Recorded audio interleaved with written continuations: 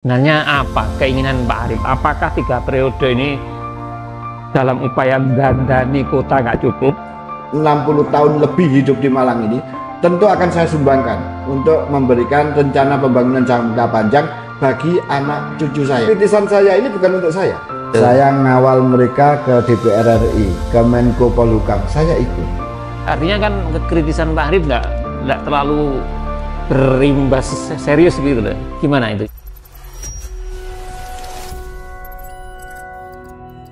Assalamualaikum warahmatullahi wabarakatuh. Kembali lagi dengan saya Abdul Munthalib di channel ABM Insight dalam program Speak Up edisi khusus karena ini persiapan pemilu atau pemilihan legislatif maupun pemilihan presiden di Indonesia. Karena ini menjelang pileg, para calon anggota legislatif dari berbagai partai sekarang berupaya untuk merebut hati masyarakat, tentu dengan program-program positifnya yang menyangkut hidup orang banyak, konstituennya khususnya, atau di daerahnya.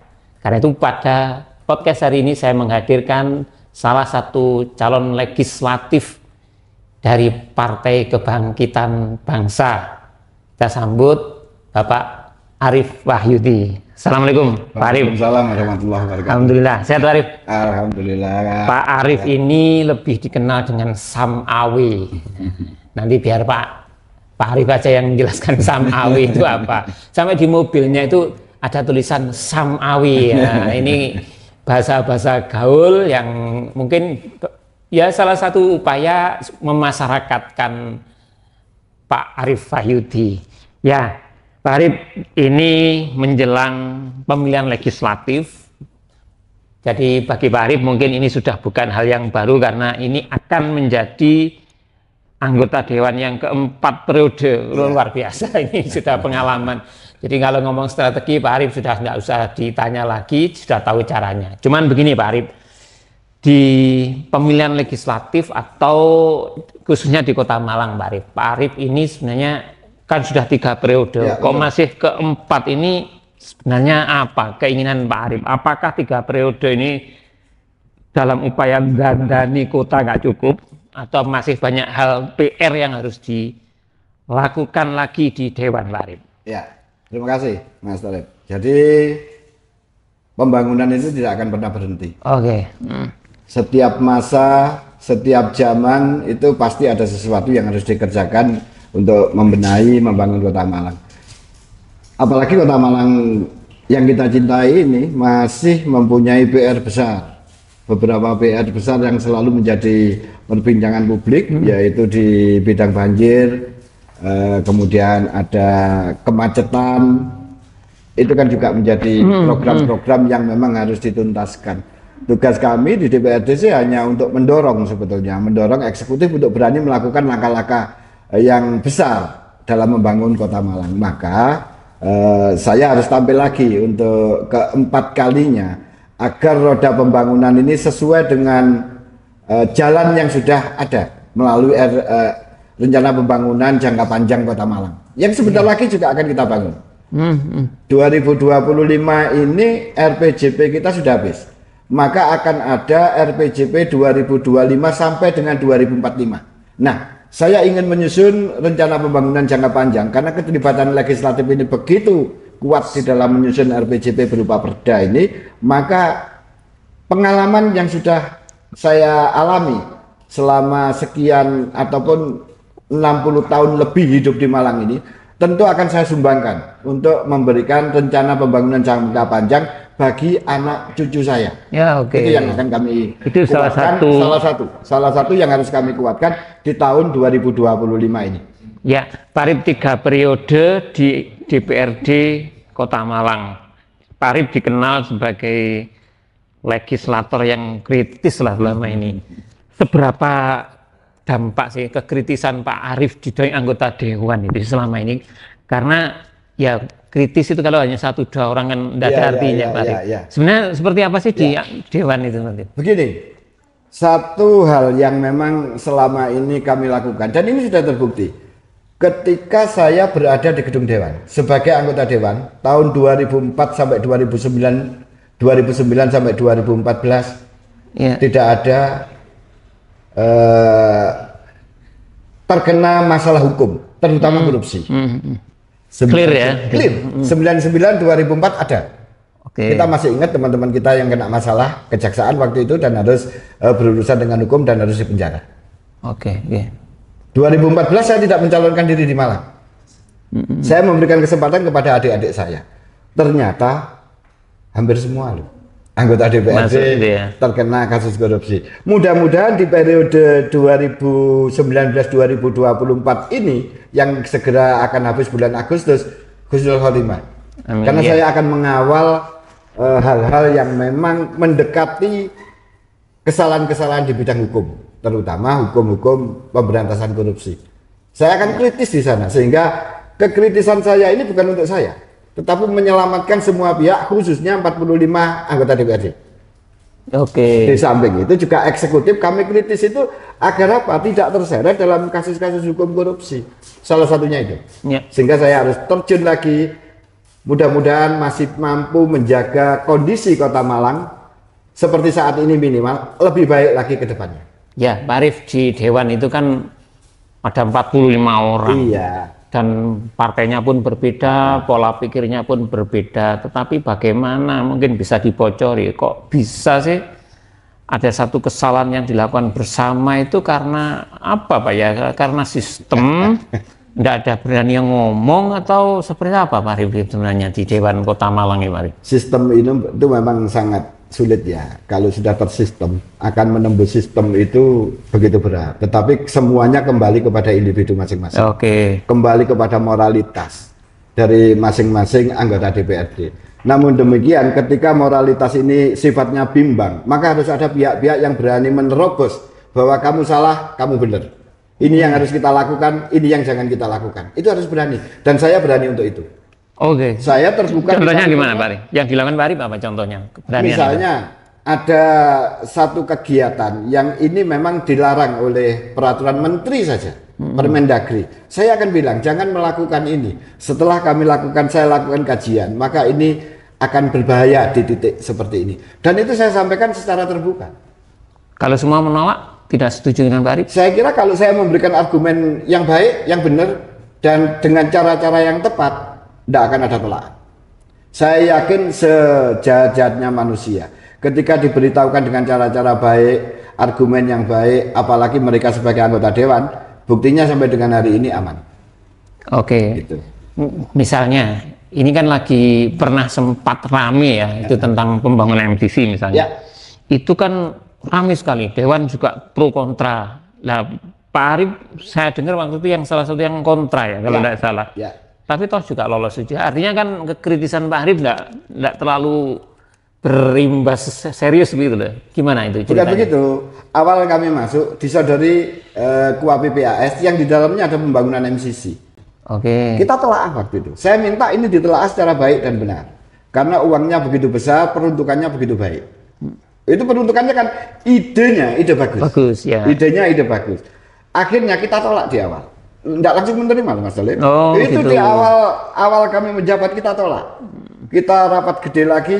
Kenapa kita tolak? Satu, anggarannya gak konsisten. Dari pihak konsultan menganggarkan 125 M misalnya, tapi muncul angka sampai ke 140. Berubah begitu? Berubah. Kita tolak. Kami juga minta ke depan memanage MCC ini seperti apa? Supaya menjadi bangunan gedung 8-7 lantai yang betul-betul mempunyai manfaat. Dibuatkan waktu itu. Tetapi pembangunan fisik sudah akhirnya kita setujui di tahun berikutnya. Seperti itu. Namun demikian ya memang orang melihat gedung berlantai 7 demikian besar, biayanya besar. Kalau masih gandol APBD terus, ya nggak bisa. Dan biaya operasionalnya sampai berapa Pak? Gandol APBD itu untuk biaya operasional sekitar 6M, 5-6 M per tahun. Luar biasa besar. Dan ini nggak boleh diterus-teruskan begini, makanya karena konsepnya adalah 60% untuk sosial dan 40% untuk bisnis, maka yang 40% ini yang akan mengcover biaya MCC pada tahun depan. Mudah-mudahan 2024 ini sudah clear. Artinya kita tidak perlu nyusui Pak Akeh-akeh.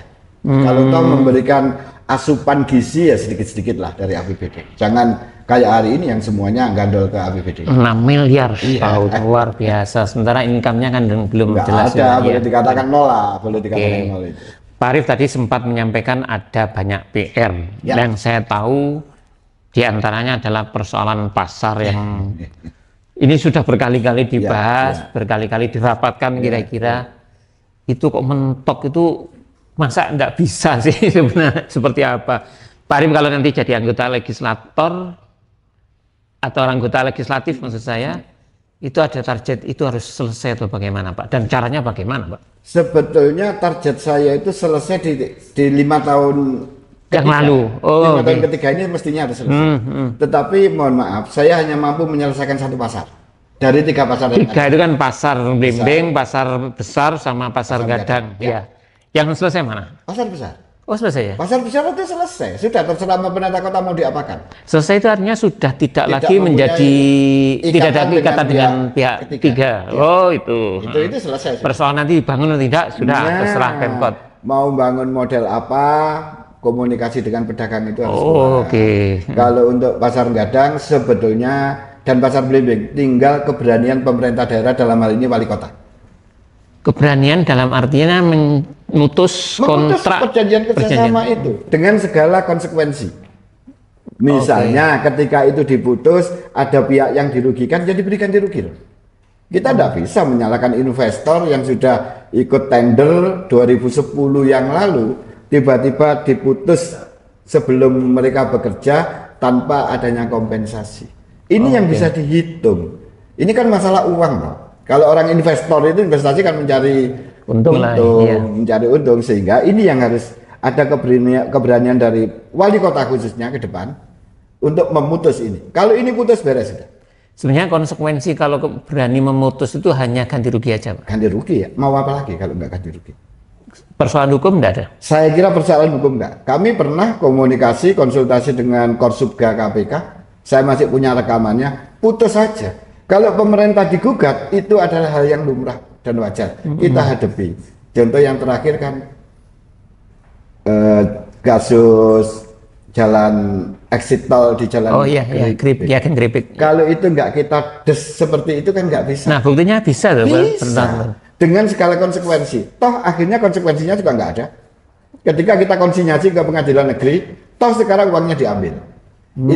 Itu yang saya katakan keberanian dari wali kota. Keberanian atau pola komunikasi menurut saya, kira-kira ya.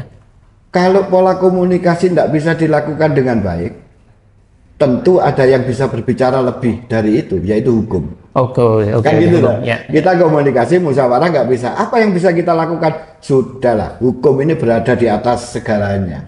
Diputuskan secara hukum dengan konsekuensi APBD maupun apapun, itu kita siap untuk menjalani. Asalkan satu saja, ojo korupsi. Nah ikut doa. Kalau korupsi kan nggak bisa apa-apa saya. Ya. Tetapi kalau berhadapan dengan hukum, konsekuensinya harus bayar ganti rugi. Loh APBD ini milik rakyat Kota Malang. Kita serahkan lagi nggak apa-apa. Sebentar Pak Arif, untuk periode kemarin anggota DPRD itu seberapa ngotot ya untuk menyelesaikan pasar Blimbing? Karena ini hampir lebih dari 11 tahun.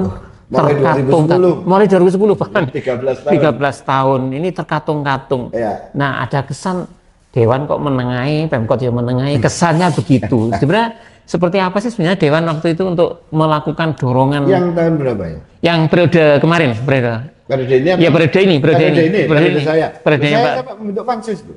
Ya hasilnya? Itu usulan saya. Bentuk pansus kalau tidak bisa. Ketika pansus belum selesai bekerja, Pak Wali Kota yang lalu sudah harus bergeser. Sehingga ini siapa yang harus ngawal? Kita serahkan kepada PJ. Saya kira berat. Kalau PJ untuk menyelesaikan pasar Blimbing berat. Tetapi kalau berikan dasar bisa. Pak PJ misalnya komunikasi dengan pihak investor. Ditawar dulu lah hari ini. Ketika beliau sudah ganti, sudah klik menjadi satu perjanjian kerjasama, perjanjian baru antara investor dengan pemerintah kota. Tidak apa-apa itu kita kunci. Kan Pak PJ mempunyai kewenangan untuk itu. Ya sudah kunci aja di situ. Tinggal dilanjutkan oleh pemerintah berikutnya, wali kota definitif.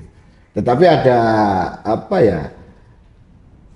kesepakatan bersama antara investor dan pemerintah. Secara resmi itu sudah tersampaikan Pak Dewan ke PJ terkait dengan itu di Pansus ya. Rekomendasi Pansus ada. Iya. Rekomendasi Pansus ada, bahkan keras. Yang penting ini harus putus dulu.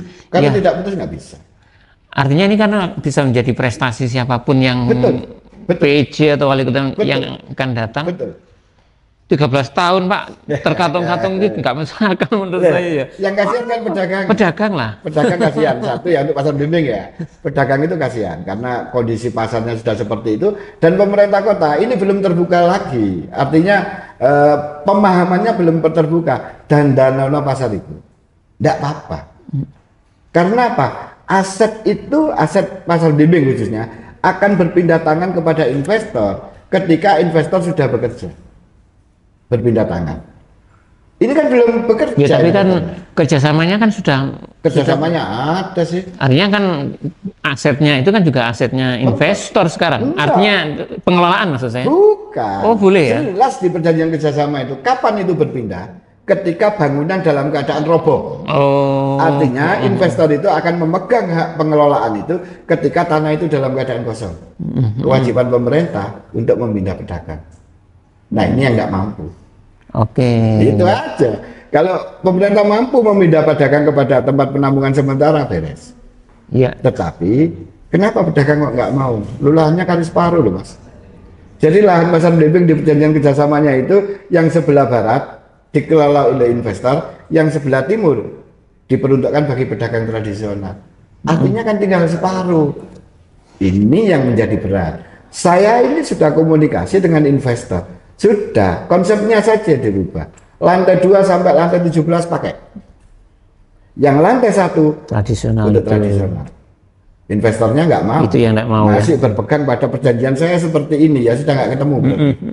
Tuh untuk pasar. Pasar Gadang itu lebih gampang lagi. Mudah-mudahan Pak PJ berani. Apa problemnya di mana? Pasar Gadang. Nggak ada problem. Tapi kok nggak jalan, kenapa? Keberanian pemerintah. Pemerintah itu jangan terbelenggu dengan masa lalu lah. Kalau kita selalu mengacu masa lalu, ya nggak akan selesai di Malang ini. Sudah kita menatap masa depan. Nggak, artinya Pemkot sudah bisa bangun sendiri tanpa melibatkan PT putus. Sebelumnya. Sudah putus. Belum diputus. Putuskan perjanjian itu. Karena itu sudah wan prestasi dari pihak investor untuk pasar Gadang, wan prestasi. Karena apa? Perjanjian kerjasama itu akan menjadi batal demi hukum ketika 2 tahun tidak selesai. Oke. PT yang mengerjakan membangun pasar Gadang itu sudah melakukan pembangunan di terminal, ex terminal, kan sudah banyak fondasi. Itu kan sudah kerja, sudah berapa puluh, sudah lebih dari 10 tahun. Mestinya segera hubungi, putus saja perjanjian itu. Kalau nggak mau kembali lagi, kalau nggak mau dimusyawarahkan sudah pengadilan aja yang memutus. Menang Pemkot lah kalau yang itu. Berarti itikat apa namanya goodwill yang kurang kuat, kira-kira begitu kira-kiranya. Kalau saya sih ya keberanian aja. Keberanian dari seorang wali kota untuk melangkah itu memang dibutuhkan untuk Kota Malang. Ya. Ada beberapa contoh gitu loh ya. Ketika dibiarkan ya harus pancet aja. Tetapi kita berani melangkah, beres kok. Lah pasar Gadang ini nggak ada langkah sama sekali. Saya harap Pak PJ ini maulah melangkah di walaupun setahun setengah gak ono, melangkahlah untuk itu. Saya selalu mendorong. Iya, artinya ya 3 pasar atau tinggal 2 pasar ini bagi kami sebagai masyarakat ini ganjel gitu loh Pak. Ganjel gitu loh. Tapi mau ganjel. Ya ini apa ya, hal yang bisa diselesaikan tetapi dibiarkan ya. Pasar besar pun kalau tidak kita yang ngoyok-ngoyok untuk segera putus perjanjian kerjasama dengan PT Matahari, Pak Wali ya diem. Akhirnya kadang kan setiap ketemu ngomong paripurna, bicara pendapat fraksi semuanya dikondisikan untuk bicara masalah pemutusan hubungan kerja dengan PT Matahari Puteran. Clear. Satu. Contoh mudah lagi, alun-alun mall. Oh iya. Itu gimana itu alun-alun mall juga masalah? Enggak, itu kan sudah menjadi aset kita. Betul. Dulu kan perjanjian kerjasama dengan PT Sadean apa itu ya, Jogja. Ketika saya pertama kali jadi dewan, yang saya endus adalah Ramayana. Alun-alun mall. Ya. Kita datangi dengan pasar besar, kita tanyakan bagaimana perjanjian kerjasamanya, sudah habis. Kenapa tidak diputus? Mencari orangnya nggak ada, akhirnya kita dorong aja. Ketemu tanda tangan putus sudah, tanpa memberi apa-apa. Artinya apa? Ketika pemerintah mau, itu aja kunci. Ojo golek gampang-gampangannya jadi wali kota. Sing angel-angel itu ya dilakoni lah. Keberanian berarti. Keberanian. Kuncinya ya. Di Kota Malang ini wani enggak? Oke. Noto PKL tahu. Kalau berani komunikasi dengan baik, jadi noto parkir tahu. Keberani dan ngomong dengan juru parkir, bos-bosnya parkir diajak ngomong baik-baik selesai. Oke. Sekarang ini kan enggak, nindak ya nindak. Mana ada penindakan parkir-parkir yang semrawut? Ya ada kan? Ya. Mestinya ya dijak ngomong lah. Sing biasa parkir pengelola parkir dijak ngomong, ayo rek iki Kota Malang ditoto bareng. Gelem. Kalau nggak mau ya sudah. Ya, Marip, ini persoalan parkir ini juga menjadi sorotan warga, banyak sekali mengeluh. Betul. Nah, ini harus ada agak serius. Dewan juga harus serius supaya tidak terus menjadi sorotan. Dampaknya sebenarnya tidak hanya merugikan warga Kota Malang, tetapi orang-orang luar kota ini kan juga menjadi anti. Luar kota. Ya. Mereka yang pernah ke Kota Malang, keluhannya hanya satu. Seneng mereka itu nongkrong misalnya di tempat wisata baru kawasan Kayu Tangan. Seneng mereka nongkrong. Tapi risih ketika melihat parkir seperti itu, apalagi hari-hari ini noto PKL juga nggak mampu. Ya, coba ke Kayu Tangan. Lah itu dikendalikan dengan baik, pemerintah mau hadir turun tangan noto PKL khususnya warga sekitar yang diberdayakan dengan model yang bagus. Itu kan menjadi kunjungan wisata kuliner tersendiri. Ya. Kan gampang saja. Ya, asal mau itu tadi, asal mau dan mau berani melangkah, komunikasi baik dengan para pihak beres. Iya. Jadi sebagai kota pendidikan, kota jujukan, ini memang keterlibatan dari pihak lain, misalnya dari akademisi itu, Pak Arif memandang seperti apa sih di Kota Malang ini? Akademisi itu kan banyak yang sukarela. Ya. Akademisi di Kota Malang ini kan banyak menyumbangkan pikirannya. Saya mengikuti grup-grup WA, itu kan pikiran-pikiran yang gratis. Mbok yo ono sing ngutik. Jangan legislatif karena fungsinya berbeda. Itu adalah fungsi eksekusi, adanya di pemerintah kota. Nah, ini pemerintah kota Pak PJ membuka apa ngopi ya? Ngopi ya. Iya, ngombe itu.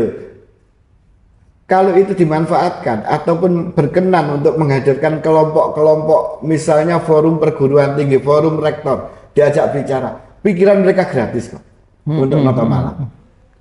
Nah, selama ini kan parsial aja kalau butuh dipanggil. Mbok ya mestinya komunikasi ini terus berlanjut untuk menyelesaikan noto Kota Malang. Dan bisa. Yo nggak perguruan tinggi tok lah. Masyarakat, tokoh-tokoh masyarakat yang sudah makan asam garam di Malang ini kan juga bisa dimintai pendapatnya. Tetapi aja dimintai pendapatnya tok. Lek gak dilakoni kadang-kadang ngamuk ngomong.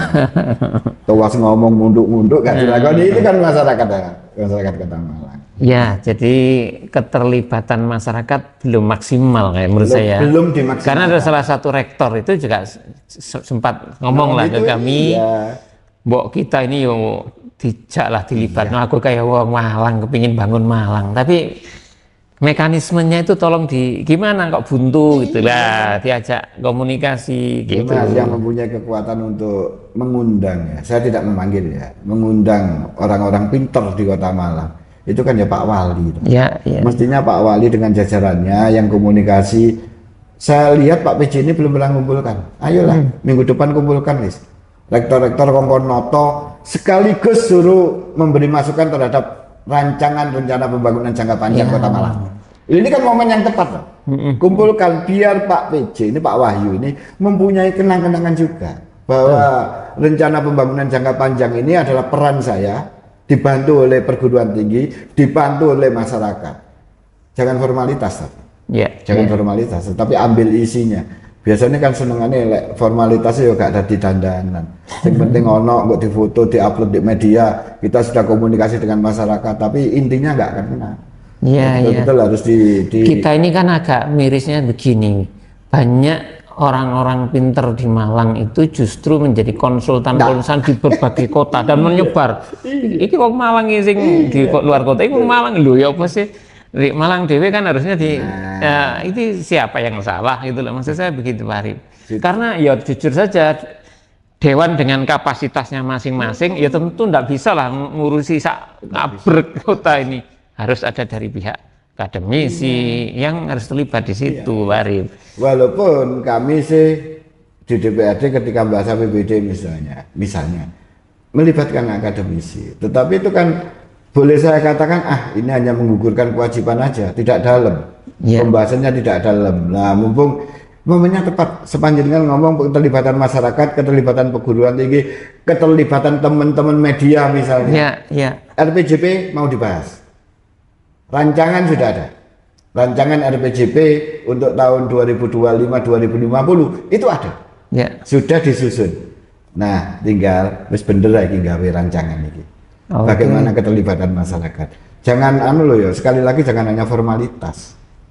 Kalau melibatkan perguruan tinggi itu ahli apapun ada di perguruan tinggi. Ya libatkan sesuai dengan bidang keahliannya. Ini kesempatan baik sebenarnya. Ya, ini lagi Pak Arif, kemarin sempat rame terkait dengan Stadion Gajayana.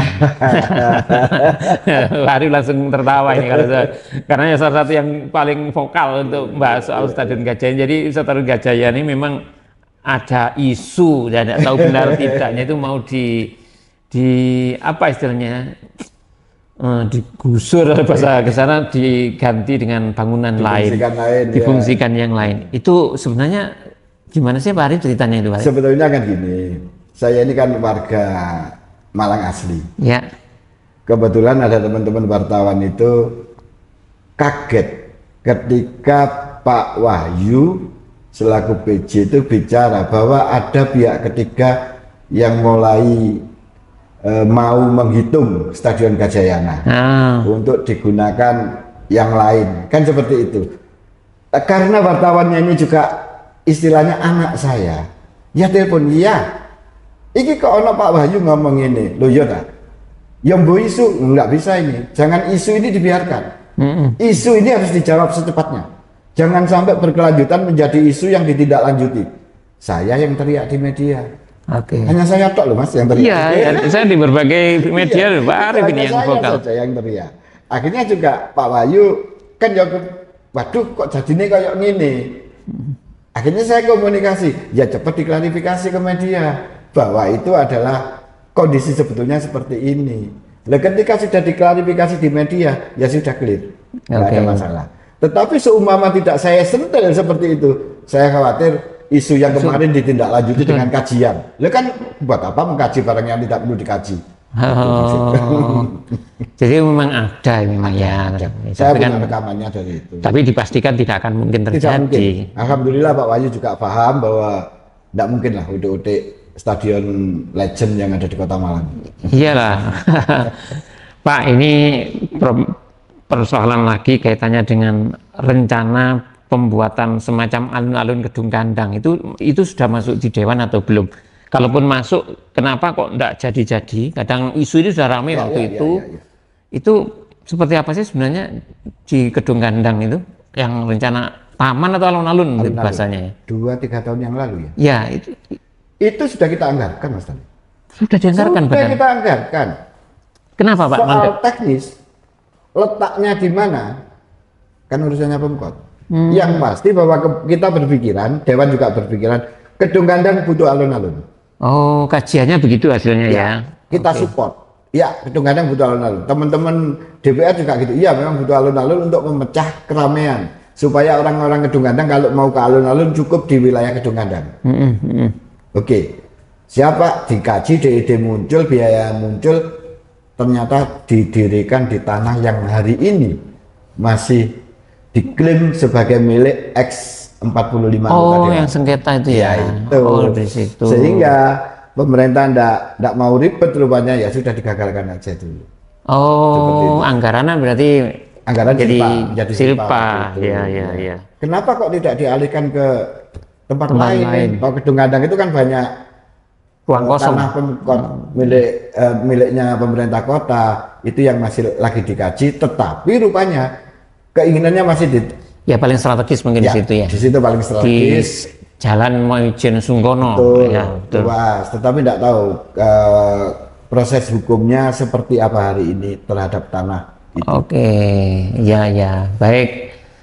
Pak Arief ini kalau sudah ngomong Kota Malang lontok sedetil-detilnya, selain karena juga aktivis, juga apa namanya merancang berbagai RPJMD kira-kira. Satu lagi Pak Arief, Ya. ini duka bagi supporter saya kira masih belum tuntas.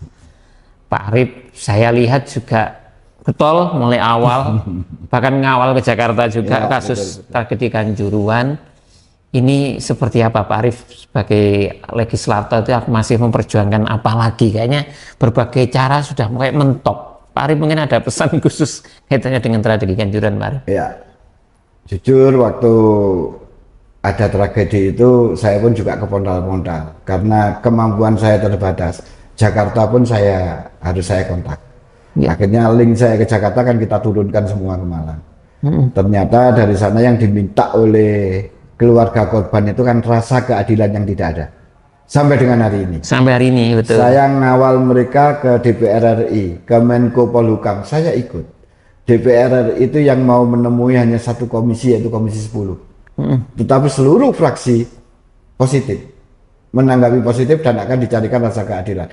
Yang berhasil kami perjuangkan hanya dari masalah sisi sosial saja waktu itu. Oke. Karena dari Komisi 10, seminggu kemudian saya ikut rapat dengan Menteri Sosial. Diundang secara khusus untuk membicarakan ini. Saya hanya ngomong sederhana, sudahlah kebutuhan mereka itu bisa ditutup kalau masalah biaya kesehatan, sekolah dan lain-lain itu ditutup aja. Tetapi rasa keadilan ini yang tidak bisa dibeli, Bu. Iya. Akhirnya kalau rasa keadilan silahkan untuk melangkah ke kementerian lain. Nah, ini yang terus harus dikawal. Mudah-mudahan mumpung Pilpres dan kemarin ada salah satu calon presiden yang angkat masalah tragedi Kanjuruhan, ketika beliau jadi presiden bisa dicari ataupun bisa diwujudkan rasa keadilan yang dituntut oleh keluarga korban Kanjuruhan. Baik. Jadi sahabat ABM Insight, Pak Arief selaku anggota legislator juga sekaligus Aremania kira-kira begitu. Ya kita sudah tahu lah, telah berusaha berupaya melakukan upaya untuk minimal mencari keadilan di kasus tragedi Kanjuruhan. Tapi saya kira tidak akan pernah berhenti di sini sebelum ini semua clear. Kita berharap banyak anggota Dewan kayak Pak Arief, Amin. kritis, dan insya Allah lah saya juga kenal baik dengan beliau cukup lama. Demikian, semoga kita doakan Kota Malang menjadi lebih baik, masyarakatnya juga semakin guyup, rukun, dan penuh gotong royong. Terima kasih. Amin. Sahabat ABM Insight, dan Assalamualaikum warahmatullahi wabarakatuh. Waalaikumsalam. Matur nuwun Pak Arief. Sami.